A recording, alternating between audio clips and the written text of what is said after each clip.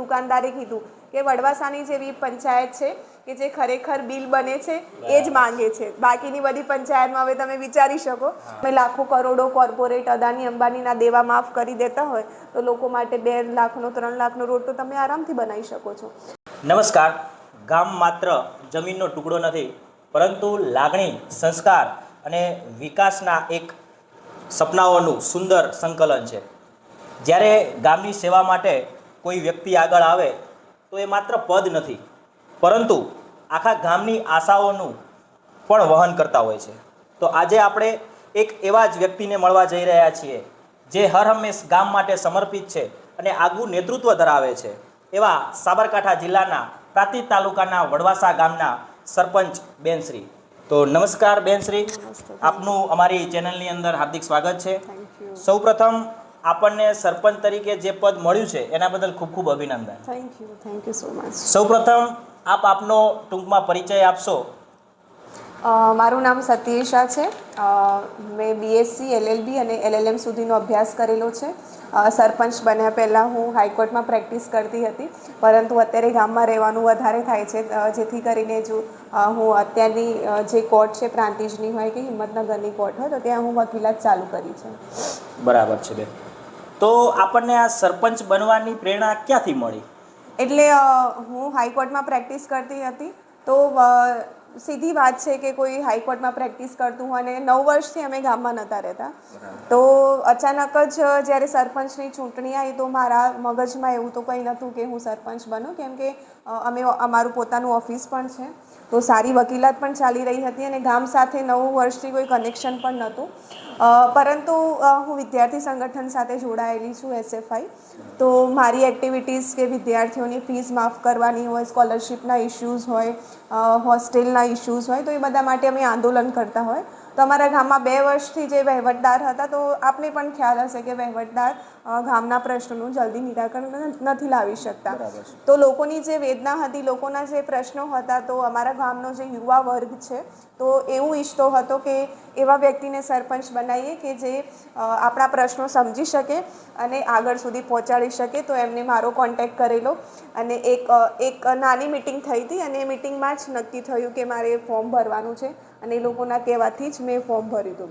એટલે મારો પર્સનલી કોઈ એવો મોટિવ નહોતો કે હું સરપંચની ચૂંટણી આવી છે તો હું સરપંચનું ફોર્મ ભરું. બરાબર. એટલે ટૂંકમાં કહેવા જઈએ તો કે જ્યારથી આપ શિક્ષણની અંદર જોડાયેલા હતા, ભણવાનું કામ ચાલુ હતું, ત્યારથી જ આપ નેતૃત્વની ભાવના તો આપણી અંદર છે, જેમ જોવા મળે છે.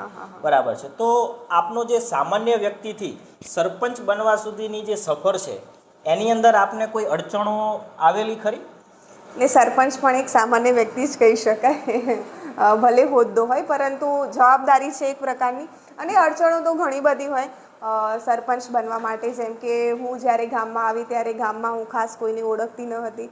મારા ક્લાસમેટ હોય, અમુક મારા રિલેટિવ્સ હોય, એમને હું ઓળખતી હોય, તો મને ખૂબ જ મુશ્કેલી પડી અને લોકો પણ પૂછતા હતા કે હા આ છોકરી ઊભી છે ઇલેક્શનમાં.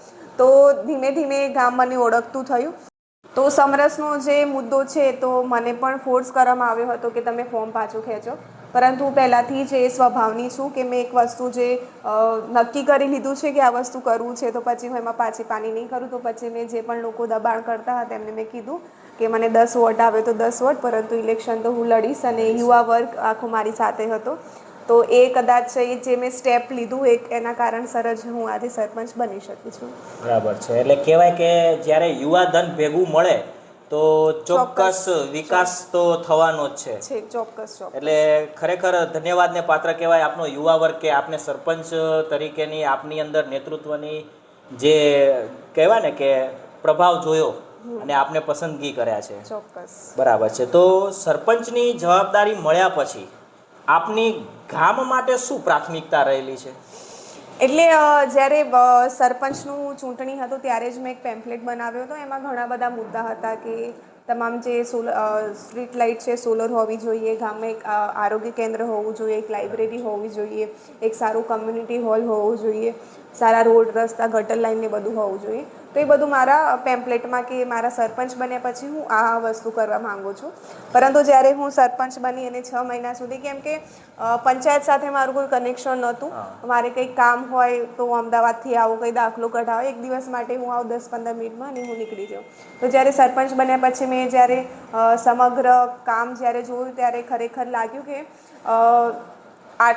ઇઝી નથી કે તમામ કામ તરત જ થઈ જાય, પરંતુ મેં મારા પ્રયત્નોથી અને કદાચ મારી ક્ષમતા જોઈને પણ જે અધિકારીઓ છે તાલુકામાં હોય કે જિલ્લામાં હોય મને તત્પર છે મારી મદદ કરવા માટે. તો પ્રાથમિક આરોગ્ય કેન્દ્ર અમારા ગામમાં અહીંયા ગુજરાત સરકારમાં એવો નિયમ છે કે 12 કિલોમીટરની અંદર જો પ્રાથમિક આરોગ્ય કેન્દ્ર છે તો એની વચ્ચે બીજું કોઈ હોઈ નહીં શકે. સબ સેન્ટર ક્રાઇટેરિયા નક્કી કરેલો હોય એ પ્રમાણે. હા, તો બાજુના ગામમાં જ્યારે સબ સેન્ટર આવતું હતું તો એ લોકો જ્યારે એમાં ડિલે કરી રહ્યા હતા તો પછી ત્યાંથી તાલુકામાંથી મને કહેવામાં આવેલું કે જો ત્યાં ના આવે તો તમારા ગામમાં આવશે. પરંતુ જ્યારે સરપંચને ખબર પડી કે વડવાસા ગામમાં જવાનું છે તો એ શોર્ટ થઈ ગયા કે બેન તો લઈ જ જશે. એટલે પછી એમને જગ્યા ફાળવી. તો મારે હવે તાલુકામાં મળવા પણ જવાનું છે કે મારે સબ સેન્ટરની ખાસ જરૂરિયાત છે અને એ માટે હું ગ્રામસભા પણ બોલાવવાની છું. તો પ્રાયોરિટીમાં મારું જે આરોગ્ય કેન્દ્ર છે એ છે, કેમ કે મારા ગામમાં અને જ્યારે બહારથી પણ કેરળથી એક ન્યૂઝવાળા આવ્યા હતા દેશાભિમાની, તો એ લોકોએ પણ જોયું કે ગામમાં આરોગ્ય કેન્દ્ર ના હોવાથી ગામના લોકોને કેટલી બધી તકલીફ પડે છે. બરાબર, કે વૃદ્ધ હોય કે જેમની સાથે કોઈ આવી ના શકતું હોય, તો જો ગામમાં આરોગ્ય કેન્દ્ર હોય તો તમને પ્રાથમિક સારવાર તો એટલીસ્ટ મળી રહે, કે તમે દૂર ના જઈ શકતા હોય તો ત્યાંથી તમને એક પ્રાથમિક સારવાર મળી રહે. તો આરોગ્ય કેન્દ્ર માટે હું આજે જ જવાની છું. બીજું કે લાઇબ્રેરી માટે મેં ઘણા બધા પ્રયત્નો કર્યા, પરંતુ અમારી પંચાયતમાં ગ્રાન્ટની બહુ જ અછત છે. કેમ કે જે નાણાપંચ આવે છે, નાણાપંચ સિવાયની અમારે કોઈ ગ્રાન્ટ નથી. બરાબર, અને જે CSR ફંડ હોઈ શકે અથવા તો ગામની હદમાં કોઈ મોટી ફેક્ટરી કે એવું કંઈ આવતું હોય તો એ લોકો પણ આપણા પંચાયતને ફંડ આપતા હોય છે. પરંતુ મારા ગામમાં એવી કોઈ કંપની, ફેક્ટરી કે એવું કંઈ છે નહીં કે જેથી કરીને બીજી કોઈ આવક ઊભી થાય. તો મારી પંચાયત સંપૂર્ણપણે નાણાપંચ ઉપર આધારિત છે. અને તમને પણ ખ્યાલ છે કે નાણાપંચમાં કેટલું ફંડ મળે છે. બરાબર, એક ના બરાબર કહી શકાય, કેમ કે એક વર્ષમાં તમે 15 કે 16 લાખમાં કેટલું કામ કરી શકો. તમે 3-4 રસ્તા બનાવી શકો, કેમ કે એમાં ખાસ કરીને રોડ રસ્તાનું અને ગટર લાઈન. હા, તો હું તમારા થકી પણ કહેવા માંગુ છું કે મારા ગામમાં મારે કામ કરવું છે, પરંતુ ફંડની અછત છે. છતાં પણ હું ધીમે ધીમે કે વિદ્યાર્થીઓ માટે મેં કમ્યુનિટી હોલમાં ચાલુ કરાવી હતી લાઇબ્રેરી. પણ વિદ્યાર્થીઓને પણ અત્યારે કેવું છે કે બહાર લાઇબ્રેરીમાં જતા હોય તો એક એમ્બિયન્સ હોય કે પ્રોપર ડેસ્કો હોય, પછી AC હોય, એ બધું ટાઈપનું એમને એ ટાઈપનું જોઈતું હોય. તો મેં અહીંયા થોડુંક કરેલું, પરંતુ એમને ઠીક ના લાગ્યું. એ કારણસર વિદ્યાર્થીઓ આવતા નથી. બુક્સ પણ મારી જોડે ઘણી બધી પડી છે. તો મેં જિલ્લામાં વાત કરી હતી જ્યારે DDO સાહેબ આવેલા, તો એમને કીધું હતું કે આવનારી વર્ષની ગ્રાન્ટમાં તમને મેં લાઇબ્રેરી ફાળવી આપીશું. તો એમનો પણ ખૂબ ખૂબ આભાર કે મારા ગામમાં લાઇબ્રેરી આવશે આવનારા દિવસમાં, એવી આશા છે. પરંતુ ત્યાં પણ હું વિઝિટ કરવાની છું. અને અમારા ગામમાં જે ટોટલ 3 આંગણવાડી છે એમાંથી 2 વર્ષ પહેલાં ઠરાવ થયો હતો કે 2 આંગણવાડી જર્જરિત છે, પરંતુ ટેન્ડર પાસ નહોતું થતું. હવે તમે વિચારો કે વિદ્યાર્થીઓ જે નાના નાના ભૂલકાઓ છે એમને કમ્યુનિટી હોલમાં અથવા તો ભાડાની જગ્યાએ રાખવામાં આવે છે, કે જે જગ્યા વિદ્યાર્થીઓ માટે એક આંગણવાડીનું એમ્બિયન્સ અને આવી જગ્યાનું એમ્બિયન્સ એક આખું અલગ હોય. અને એક પાયો છે કે વિદ્યાર્થીઓ જ્યારે આંગણવાડીમાં જતા હોય ત્યાંથી જેમનું સિંચન થાય છે. તો મને જ્યારે ખબર પડી કે સરપંચ બન્યા પછી કે ટેન્ડર પાસ નથી થતું, તો હું જાતે જિલ્લાની જે ICDSની ઓફિસ છે ત્યાં મેં વિઝિટ કરી. હા, ત્યાં મેં ICDS શિક્ષણ અધિકારીનું અલગ આવે છે, અને જે બાળકો માટે અને જે આંગણવાડીનું જે આવે છે તો ICDS ડિપાર્ટમેન્ટ છે જિલ્લા પંચાયતમાં. તો ત્યાં હું ગયેલી અને પ્રોપર મેં લિસ્ટમાં ચેક કરાવેલું કે મારા ગામની કેટલી આંગણવાડી પાસ થઈ છે. તો એ પછી ટેન્ડર પણ પાસ થઈ ગયું છે અને આવનારા દિવસમાં થોડાક જ ટાઈમમાં નવી આંગણવાડી પણ બની જશે. ગામમાં જે આપણે કહેતા હોય કે સ્વચ્છ અને સુઘડ ગામ હોવું જોઈએ, તો કચરાની રિક્ષા 2 વર્ષથી બંધ હતી. તો મેં કચરાની રિક્ષા ચાલુ કરાવેલી છે. અને ગામમાં જે મુખ્ય તળાવ છે મારું, તો ફંડ ફરીથી કે મારે એક લેક ફ્રન્ટ જેવું બનાવવું છે. તો એ માટે જે ઓરાણની હદમાં કંપની છે તો મેં સરપંચ બન્યા તરત જ એમને કીધું કે ભલે તમારે ઓરાણ સીમ લાગતી હોય પરંતુ બધું ફંડ તમે ઓરાણમાં, કેમ કે ઓરાણની આવક બહુ વધારે છે, તો જે પંચાયત પાસે આવક નથી અને જેમને ખરેખર કામ કરવું છે તો તમે એવા લોકોને ફંડ આપો. તો એમણે કીધું હતું કે બેન તમને અમે લેક ફ્રન્ટ બનાવી આપીશું, પરંતુ એનું પણ હવે 10 મહિના થઈ ગયા કંઈ, એટલે હું દિલ્હી જવાની છું, એમની જે મેઇન ઓફિસ છે બરાબર કે છે. તમે હવે પેપર્સ રેડી કરે હોય તો મને બતાવો, નહીં તો પછી હું બીજી કોઈ સગવડતા કરી દઉં એમ. એટલે ફંડના અભાવે જ મને બહુ તકલીફ પડી રહી છે કે કઈ રીતે કામ કરીએ. ગામના લોકો પણ કહી રહ્યા છે કે જ્યારે તમે સરપંચ બન્યા હતા ત્યારે તમે આવા વાયદા કર્યા હતા, બરાબર છે. પરંતુ ધીમે ધીમે હું ફંડ એકત્રિત કરવાનો પ્રયત્ન કરી રહી છું. અને જો ફંડ મળે તો હું તમારા વિડીયો થકી કહેવા માગું છું કે અમારા વિસ્તારના જે પણ ડેલિગેટ્સ અમે નવા ચૂંટાયા છે, ધારાસભ્ય હોય, MP હોય, જે પણ તાલુકા પંચાયતનું ફંડ આવે છે, જિલ્લા પંચાયતનું ફંડ આવે છે, તો જે વ્યક્તિને કામ કરવાની ખરેખર ક્ષમતા છે, ધગસ છે, એવા વ્યક્તિને તમે, અને ચલો મારા ગામમાં મારી પંચાયતમાં આવક હોય તો હું માંગવા ના જાઉં, પરંતુ મારી પંચાયતમાં જે આવક નથી તો એ કારણસર હું વિનંતી પણ કરું છું કે મને ફંડ મળે એમ. બરાબર છે. એટલે આમ જોવા જઈએ ને તો તમે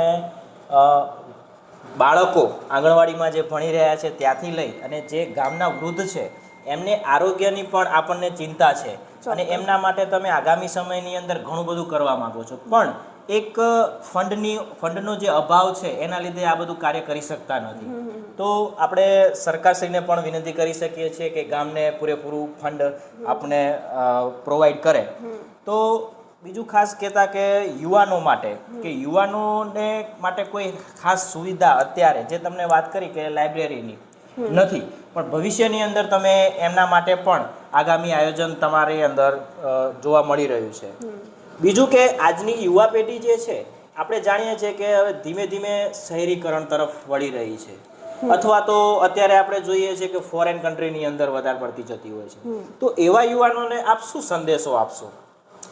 હવે આપણે જ્યારે કહેતા હોય કે આપણે આપણા દેશને પ્રેમ કરીએ છીએ, જ્યારે 15મી ઓગસ્ટ 26મી જાન્યુઆરી આવે છે ત્યારે દેશભક્તિ આપણે બતાવીએ છીએ. માત્ર 2 દિવસ જ પૂરતી આપણી દેશભક્તિ જોવા મળતી હોય છે અત્યારે યુવાનોમાં. તો હું યુવાનોને કહેવા માંગુ છું કે આપણે જે જગ્યાએ છીએ, જેમ કે મારી કોઈ જરૂર નથી કે હું ગામમાં આવીને અહીંયા, જેમ કે તમે મારું ઘર અત્યારે જુઓ તો એકદમ ખંડેર જેવું ઘર છે જ્યાં તમે લોકો રહી પણ ના શકો. તો જ્યારે ગામની વાત આવે છે તો શરૂઆત ગામથી જ થાય છે. તો ગામમાં હું આવનારા દિવસમાં, કાલે જ અમારી એક મિટિંગ થઈ હતી અને ગૃહ ઉદ્યોગ હું ચાલુ કરવા માંગુ છું, કેમ કે લિજ્જત પાપડ જો તમે નામ સાંભળ્યું હોય તો એક મહિલા કોઓપરેટિવ છે. તો મારા ગામમાં પણ હું મહિલાઓ સાથે, કેમ કે હું મહિલાઓ સાથે ઘણા બધા કાર્યક્રમો પણ કરતી હોઉં છું કે એક મહિલા સરપંચ છું તો ગામની મહિલાઓને પણ હું એક દિશા આપી શકું, એક નેતૃત્વ આપી શકું, એ માટે હું સતત પ્રયત્નો કરું છું. એ માટે ઘણા બધા NGOs છે, પછી જિલ્લાના જે અધિકારી છે મહિલા અને બાળ વિકાસ, તો એમનો પણ ખૂબ પ્રયત્ન છે કે ગામમાં મહિલાઓ સશક્ત બને. તો હું મહિલાઓને સાથે લઈને એક ગૃહ ઉદ્યોગ સ્થાપવા માંગુ છું, જેથી કરીને ગામમાં પણ એક રોજગારી ઉત્પન્ન થાય. અને યુવાઓ માટે તો એવું છે કે ગામમાં જે ખેતી માટે જે હોય, તો ખાસ કરીને ઘણા બધા લોકો પાસે જમીન ના હોવાના કારણસર અથવા નહિવત જમીન હોવાના કારણસર એમને ના છૂટકે, કેમ કે બહાર જવાનો કોઈને શોખ ના હોય, બરાબર, કે બહાર જઈને ભાડું આપવું આમ તેમ, પરંતુ એક લિમિટેડ સ્ત્રોત હોવાના કારણસર તો સરકારે પણ આ પ્રત્યે ધ્યાન આપવું જોઈએ કે ગામમાં કેવી રીતે આપણે યુવાઓને રોજગારી આપી શકીએ. જેમ કે મનરેગા યોજના હતી, તો મેં જેમ મુખ્ય તળાવની વાત કરી કે લેક ફ્રન્ટ બનાવવો છે, તો મેં મનરેગાની જે શાખા છે ત્યાં પણ વાત કરેલી અને મારા પેપર બધા રેડી થઈ ગયા હતા અને કામ ચાલુ જ થવાનું હતું. અમે રોજગાર દિવસ પણ ઉજવ્યો. મનરેગામાં જે રોજગાર દિવસ ઉજવવાનું આવે છે, જોબ કાર્ડ પણ અમે નવા ઇસ્યુ કરાવવાના હતા, તો જેના કારણસર ઘણા બધા યુવાઓ સાથે પણ આવ્યા હતા કે આપણે મનરેગામાં કામ કરીશું. પરંતુ તમે જુઓ કે જ્યારે કામ કરવાની શરૂઆત જ થવાની હતી અને યોજનાનું નામ બદલાઈ ગયું, તો એ કામ તો હવે મારું પેન્ડિંગ થઈ ગયું. બીજું કે જે યોગનું જે આવે છે કે એક બેન આવે છે બહારથી કે જે યોગા કરાવતા હોય, તો એ પણ યુવાઓને સેલેરી આપે છે. તો મેં એમાં પણ યુવાઓનું નામ લખાવેલું છે કે તમે એક 10-12 લોકોનું એક ગ્રુપ હોય અને યોગા શીખવાડો તો તમને એક પર્ટિક્યુલર સેલેરી આપવામાં આવે છે. તો ધીમે ધીમે જેમ જેમ નવા પ્રોજેક્ટ આવે, સેલ્ફ ડિફેન્સના પ્રોજેક્ટ આવતા હોય છે, તો મારી જોડે કોન્ટેક્ટ છે. તો એ રીતે હું યુવાઓને ગામમાં જ રોજગારી અપાવવાનો પ્રયત્ન કરી રહી છું. ઓકે, તો બેન શ્રી આપે યુવાનો માટે પણ ખૂબ ચિંતિત છો એવું જણાય છે. અને બીજી વાત કરીએ હવે કે આપણા ગામની અંદર શિક્ષણ માટે કોઈ એવી સુવિધા છે, કોઈ શાળા, અને એમાં કેટલા વર્ગો ચાલી રહ્યા છે અત્યારે? હવે કદાચ રાજસ્થાનમાં જે ઘટના બની હતી કે ઉપરથી છત પડી અને વિદ્યાર્થીઓનું મૃત્યુ થયું, તો એ પછી ગુજરાતમાં પણ જે જર્જરિત શાળાઓ છે તો એમાં નવા મકાન બનાવવાની શરૂઆત થઈ છે. તો મારા ગામમાં પણ એ શરૂઆત, હું જ્યારે સરપંચ બનીને આવી ત્યારે શરૂઆત થઈ ગઈ છે. તો પ્રાઇમરીમાં ઇનફ ક્લાસરૂમ છે અને હાઈસ્કૂલમાં પણ જે 2 વર્ગ 9 અને 10 ધોરણ જે હોય તો એ માટે પણ શિક્ષકો પણ પૂરતા પ્રમાણમાં નહોતા. જ્યારે ધોરણ 10ની બોર્ડની પરીક્ષા આવવાની હતી ત્યારે હું સ્કૂલમાં વિઝિટ કરતી હોય વારંવાર કે વિદ્યાર્થીઓને કેવું ભણાવી રહ્યા છે શિક્ષકો, એમને ઇતર પ્રવૃત્તિઓ કરાવતી હોય, જેમ કે NID છે, નેશનલ ઇન્સ્ટિટ્યૂટ ઓફ ડિઝાઇન. તો ત્યાંથી મેં વિદ્યાર્થીઓને બોલાવેલા, આખી બસ ભરીને વિદ્યાર્થીઓ આવેલા, એમને ક્રાફ્ટની એક્ટિવિટીઝ કઈ રીતે ડિઝાઇન કરીએ છીએ. તો વિદ્યાર્થીઓમાં એક ઇનોવેટિવ આઈડિયાઝ આવે કે ફક્ત એક ચોપડી વાંચીને તમે એક આટલી દુનિયા નથી, બહારની ખૂબ મોટી દુનિયા છે. એટલે વિદ્યાર્થીઓને એક ક્રિએટિવ માઇન્ડ, કેમ કે અમારા સમયમાં તો અમે નહોતા પહોંચી શકતા ત્યાં સુધી, બરાબર, પરંતુ હું જ્યારે અહીં આવી છું તો NIDને જ અમે અમારા ગામમાં લાવી દીધું અને વિદ્યાર્થીઓને એક ક્રિએટિવિટી આવે એ માટે હું સતત પ્રયત્નો કરું છું. તો હાઈસ્કૂલમાં જ્યારે ધોરણ 10ની પરીક્ષા આવવાની હતી અને વિદ્યાર્થીઓ મને ફરિયાદ કરી કે બેન ગણિત અને વિજ્ઞાનના શિક્ષણ નથી, તો હું જિલ્લા શિક્ષણ અધિકારીને લેટર લઈને મળવા ગઈ હતી, ગ્રામ પંચાયતનો સરપંચની સિગ્નેચર સાથેનો. તો ફક્ત 2 જ દિવસમાં શિક્ષકોની ફાળવણી કરી આપવામાં આવી હતી. તો હું સતત પ્રયત્ન કરું છું કે મારા ગામમાં હજી પણ સારું શિક્ષણ થાય, એમ કે હું શિક્ષકો સાથે લગાતાર સંપર્કમાં રહું છું કે વિદ્યાર્થીઓને કોઈ પ્રશ્ન છે કે નહીં, અને શિક્ષકોનો પણ સારો પ્રતિભાવ છે. ત્યાં અમે અલગ અલગ એક્ટિવિટીઝ, રમતની એક્ટિવિટીઝ હોય એ બધી રમતની એક્ટિવિટી, કેમ કે ક્રિએટિવિટી હોવી ખૂબ જરૂરી છે. અને જ્યારે બાળકો છે તો જ્યારે એમને એક સંકુચિત જો માઇન્ડ હોય તો પછી એ વિચારી નથી શકતા. એમને દરેક ક્ષેત્રની ખબર હોવી ખૂબ જરૂરી છે. તો હું લગાતાર વિઝિટ કરું છું. એમનું કોઈ ભગતસિંહની બર્થ એનિવર્સરી હોય, સરદાર વલ્લભભાઈ પટેલની હોય, છત્રપતિ શિવાજીની હોય, તો હું એમને વિદ્યાર્થીઓને મળવા જાઉં છું, એમના વિચારો વિશે વાત કરું છું. સાવિત્રીબાઈ ફૂલે હોય તો વિદ્યાર્થીઓને પણ ખ્યાલ આવે કે આપણે અત્યારે જે છીએ કોઈનું બલિદાન છે, તો એમના પણ વિચારો વિદ્યાર્થીઓના મગજમાં ક્યાંક ને ક્યાંક ઉતરે. બરાબર, 100%. એટલે આપ શિક્ષિત છો તો બાળકોના ભવિષ્ય માટે ખૂબ જ ચિંતિત છો. અને જેમ અત્યારે રાષ્ટ્રીય શિક્ષણ નીતિ NEP 2020 અત્યારે આવી ગઈ છે અને એની અંદર આપણે જોઈએ છે કે બાળકોને એક સર્જનાત્મક શિક્ષણ મળે, બરાબર છે, માત્ર પુસ્તકીય જ્ઞાન નહીં, પરંતુ એ સર્વાંગી વિકાસ એનો થાય, 360 હોલિસ્ટિક એનું ડેવલપમેન્ટ થાય, એની પણ આપ ચિંતિત છો. એટલે ખરેખર એક ધન્યવાદને પાત્ર છો આપ કે આપના ગામના જે બાળકો છે એનો પ્રશ્નનું પણ નિરાકરણ લાવવા માટે આપ સતત જાગૃતતા દર્શાવી રહ્યા છો. તો આગામી વાત કરીએ કે વડવાસા ગામ છે આપનું, તો 5 વર્ષ પછી આપના જે સરપંચીનું પદ મળેલું છે, તો આગામી 5 વર્ષ પછી આપના ગામને તમે ક્યાં સુધી જોવા માંગો છો? ગામને હું ખૂબ જ આગળ જોવા માંગુ છું કે વિકસિત ગામ નહીં, પરંતુ એક ટુરિસ્ટ પ્લેસ બને મારું ગામ, કે પર્યટન સ્થળ બને. કેમ કે હું એ સ્વપ્ન સાથે જ આવી હતી. પરંતુ જો મને ફંડ મળે, મારા જે વિચારો છે એ માટે જો મને ફંડ મળે, તો કદાચ તમે પણ નહીં વિચારી શકો કે હું વડવાસાને ક્યાં જોવા માંગુ છું. જેમ કે ગુજરાતમાં તમને ખ્યાલ હશે કે જે પણ ગ્રે વોટરનું કનેક્શન છે, ગટર લાઇનનું કનેક્શન, એ તળાવમાં આપવામાં આવે છે, જે ખરેખર ખોટી વાત છે. સુપ્રીમ કોર્ટનો પણ ઓર્ડર છે કે તમારે વોટર બોડી જે હોય એને રિઝર્વ કરવાની હોય, એને પ્રોટેક્ટ કરવાની હોય. તો જો ગ્રાન્ટ મળે તો હું તમામ કનેક્શન એક જગ્યાએ લઈ જવા માગું છું, જેથી કરીને આપણે રિસાયકલ કરીને ઘણી પ્રોજેક્ટ છે, પરંતુ એ લોકો એવું કહી રહ્યા છે કે બેન તમારું કનેક્શન એક જ જગ્યાએ હોવું જોઈએ. તો એ કનેક્શન એક જગ્યાએ થઈ જાય તો રિસાયકલ કરીને ખેતરમાં પણ પાણી આપી શકીએ છીએ. સુએજ ટ્રીટમેન્ટ પ્લાન્ટ જે અત્યારે મોટી મહાનગરપાલિકાઓની અંદર ચાલી રહ્યો છે. જી જી. અને પછી લેક ફ્રન્ટની મેં જે વાત કરી કે એક સારું એક વૃદ્ધો બેસી શકે, સાંજના સમયે વિદ્યાર્થીઓ ત્યાં રનિંગ ટ્રેક બને તો વિદ્યાર્થીઓ ત્યાં દોડી શકે, એક સારી. પછી અમારે અહીંયા જે પડતર જમીનની ખૂબ જ અછત છે, તો જો પડતર જમીન, મેં કલેક્ટર સાહેબશ્રી સાથે પણ વાત કરેલી કે તમે, અને ગૌચર પણ નથી ગામમાં, નહીં તો એમને પણ કીધું હતું કે અમે તમને કંઈક કરી આપીશું. તો એ ના થાય તો એક બોક્સ ક્રિકેટની વ્યવસ્થા મેં વચ્ચે ટ્રાય કર્યો હતો બોક્સ ક્રિકેટ માટે, પરંતુ ફંડના અભાવે એ પણ ના થઈ શક્યું. તો એક બોક્સ ક્રિકેટ પણ કદાચ હું બનાવી શકું. સોલર લાઇટ માટે મેં ઓલરેડી વાત કરેલી છે, પણ ફરીથી એ બજેટ બહુ મોટું આવે છે એ માટે. તો જે પણ સ્ટ્રીટ લાઇટ છે, સોલર સ્ટ્રીટ લાઇટ અને પ્રોપર રોડ રસ્તા, કે તમે અત્યારે જોઈ શકો કે ઘણા બધા વિસ્તારમાં હજી સુધી સારા રસ્તા નથી, તો સારા રસ્તા હોઈ શકે. જે જગ્યાએ રસ્તા ના બની શકે ત્યાં પેવર બ્લોક હોય. અને આરોગ્ય કેન્દ્ર ખાસ કરીને મેં એક જગ્યા વિચારી રાખી છે. જો આરોગ્ય કેન્દ્ર અમારું ગામમાં પાસ થાય તો આરોગ્ય કેન્દ્ર, લાઇબ્રેરી, તો આ તમામ વસ્તુ મળીને એક હું વિચારું છું કે મારા ગામમાં એન્ટ્રી થાય ત્યાંથી લઈને અંદર સુધી મારું ગામ એક સ્વચ્છ, સુઘડ અને એની સાથે સાથે કે ફક્ત ઇન્ફ્રાસ્ટ્રક્ચરથી તમે ગામને સારી રીતે નહીં બનાવી શકો, પરંતુ ગ્રામજનોનો પ્રેમ એકબીજામાં હોવો ખૂબ જરૂરી છે. તો હું સમયસર ગ્રામસભા બોલાવું છું, એમના પ્રશ્નો સાંભળું છું, ગામમાં ઘરે ઘરે વિઝિટ પણ કરું છું. કદાચ તમને નવાઈ લાગશે કે કોઈ સરપંચ ગામમાં વિઝિટ કરતા હોય, પરંતુ હું એમના પ્રશ્નો જાણવાનો પ્રયત્ન કરું છું કે શું પ્રશ્નો છે. મને પણ ખ્યાલ છે ઘણી બધી જગ્યાએથી નેગેટિવ પ્રતિભાવ પણ મળતો હોય, પણ હું એનાથી ડરતી નથી, કેમ કે એમના માઇન્ડમાં પણ એવું છે કે બેન કરી શકે છે છતાં પણ કેમ નથી કરતા. પરંતુ બેન પણ ફંડના કારણે ક્યાંક ને ક્યાંક ફસાયેલા છે.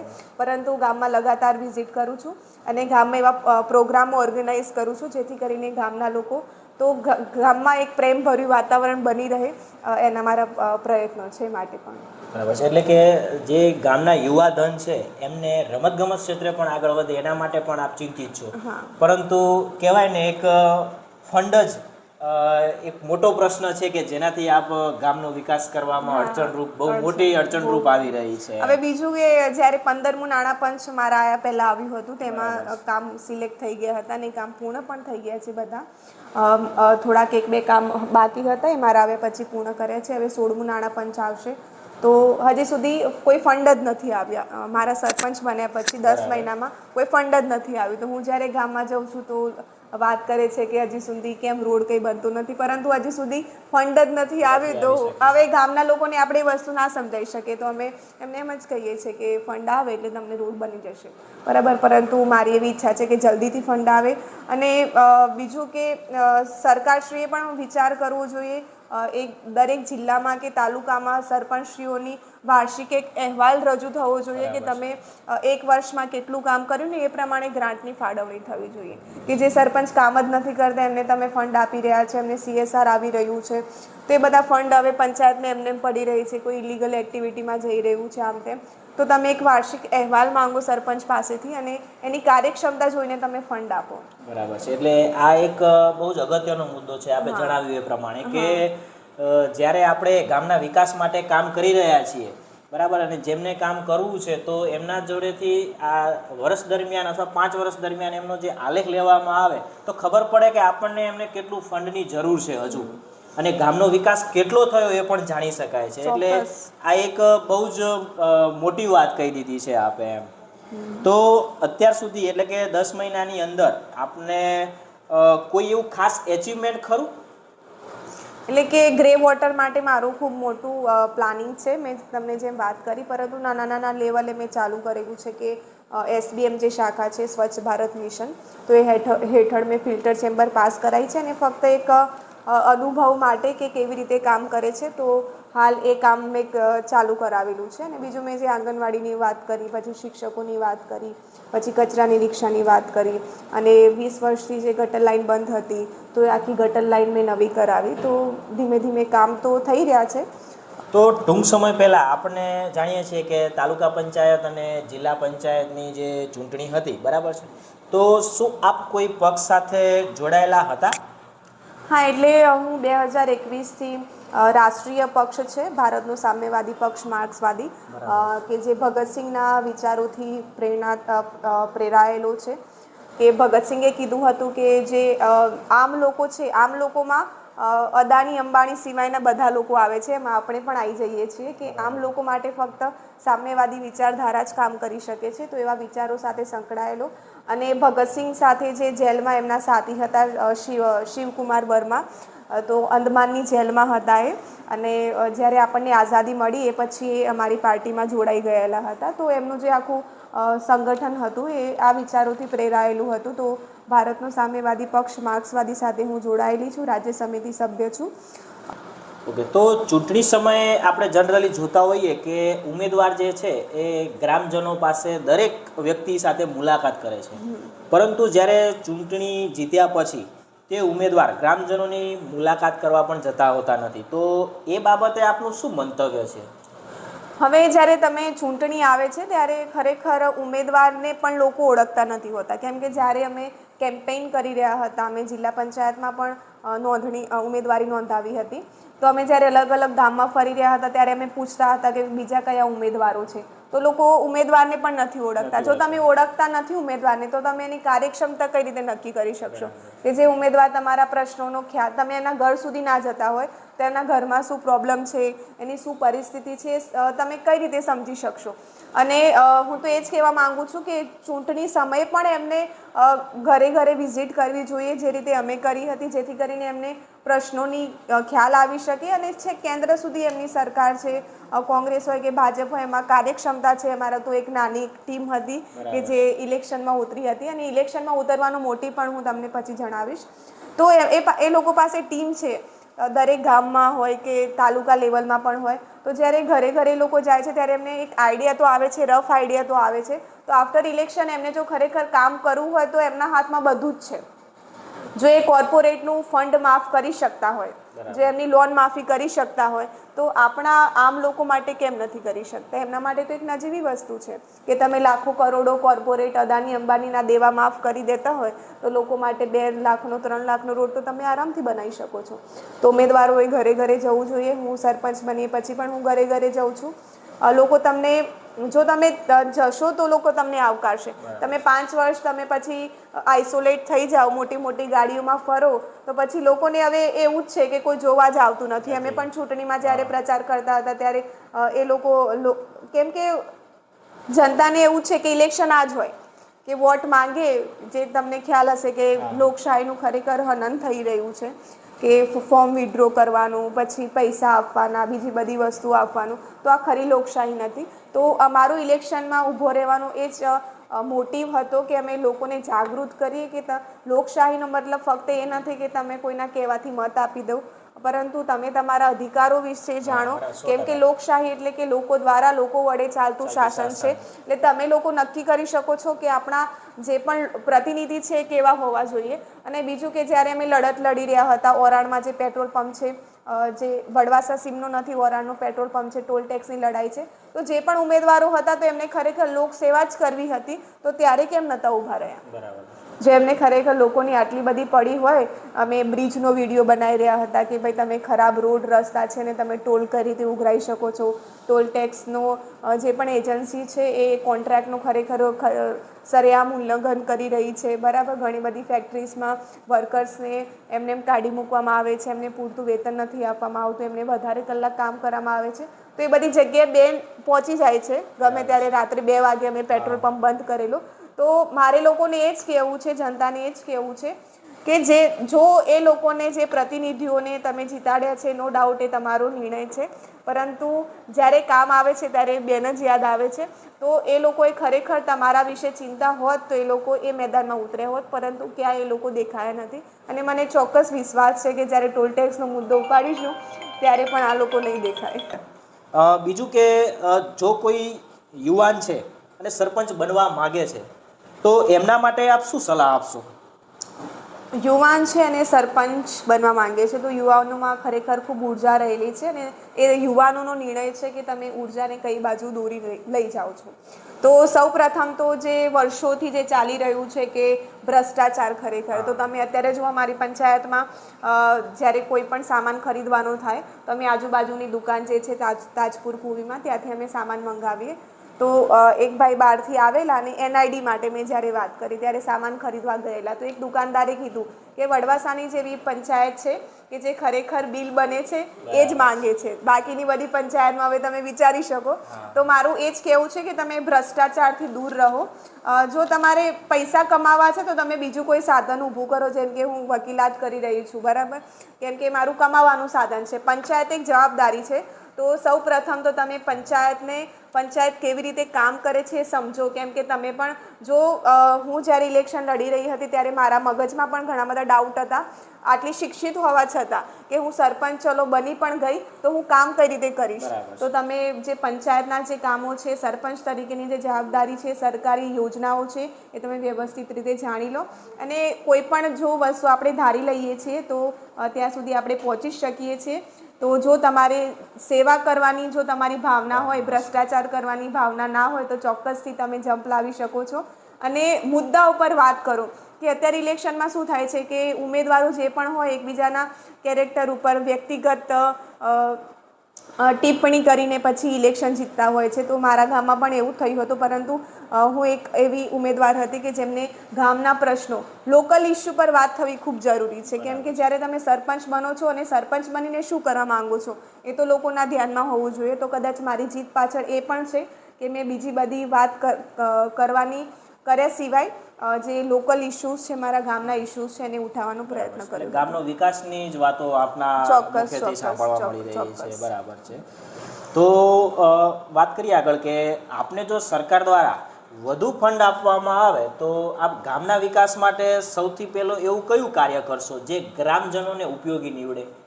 સૌપ્રથમ તો મેં પ્રાથમિક આરોગ્ય કેન્દ્રની જે વાત કરી તો આરોગ્ય કેન્દ્ર અને યુવાનો માટે બોક્સ ક્રિકેટ. બરાબર છે. તો જો મને પૂરતું ફંડ આવે તો હું એ કરીશ. અને લાઇબ્રેરી, આમ તો બધા પ્રાયોરિટીમાં જ છે, કોઈ હું આગળ પાછળ કરી શકું એમ નથી.